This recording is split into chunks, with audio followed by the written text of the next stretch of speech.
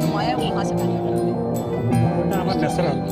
ইংলিশে প্রশ্ন, বাংলায় উত্তর। বিশ্বমঞ্চে মুস্তাফিজের সেই সহজ সরল ইন্টারভিউ যা এখন সোশ্যাল মিডিয়ায় ভাইরাল। কেমন ইন্টারভিউ দিয়েছিলেন মুস্তাফিজ, বিস্তারিত জানুন পুরো ভিডিওতে। खास करके बिकॉज विनिंग मोमेंट ভাবতে পারেন 21শে ডিসেম্বর 2025 আবুধাবির তপ্ত মরুপ্রান্তরে আজ যা ঘটল তা ক্রিকেট ইতিহাসের পাতায় স্বর্ণাক্ষরে লেখা থাকবে।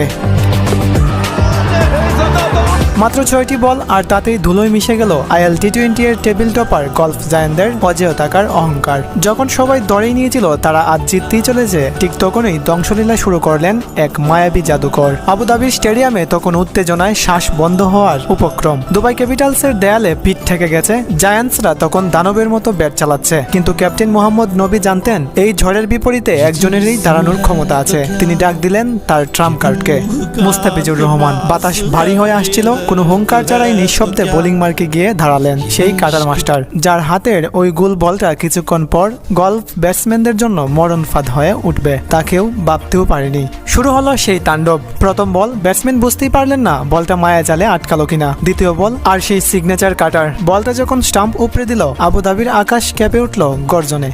1 ওভারে 3টি উইকেট। মাত্র 1 ওভারেই গলফ জায়ান্টসের ব্যাটিং মেরুদণ্ড কড়কড় করে ভেঙে পড়ল। মুস্তাফিজের আঙ্গুলের চোয়ায় বল যেন কথা বলছিল। জায়ান্টসরা অসহায়ভাবে দেখছিল কিভাবে তাদের 156 রানের পুঁজি ধুলোয় মিশে যাচ্ছে। আর সেই ধ্বংসযজ্ঞের উপর দাঁড়িয়ে দুবাই ক্যাপিটালস 6 উইকেটের এক রাজকীয় জয় ছিনিয়ে নিল।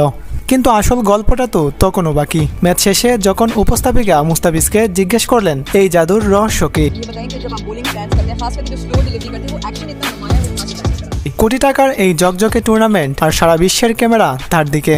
কিন্তু আমাদের ফিজ একদম সহজ সরল বাংলায় উত্তর দিলেন, ওটা আমার ন্যাচারাল। কোনো মেকি ভাব নেই, কোনো অহংকার নেই, শুধু বললেন নিজের উপর বিশ্বাস আছে। গ্যালারিতে তখন হাজার হাজার মানুষ দাঁড়িয়ে হাততালি দিচ্ছে। অধিনায়ক নবী যখন বললেন ফিজের ওই ওভারটাই ছিল ম্যাচের টার্নিং পয়েন্ট, তখন বোঝা গেল বিশ্বমঞ্চে এই ছেলেটা আজও কেন অপ্রতিদ্বন্দ্বী। সারা বিশ্ব যখন গতির পেছনে ছুটছে, ফিজ তখন গতির সাথে বুদ্ধি মিশিয়ে রাজত্ব পুনরুদ্ধার করছেন।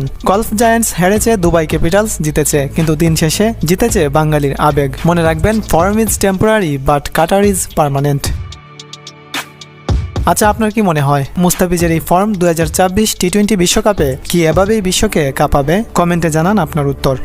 সেই সাথে এমন হট নিউজ পেতে আমাদের চ্যানেলটি সাবস্ক্রাইব করে রাখুন আর ফেসবুক পেজটি ফলো দিয়ে রাখুন।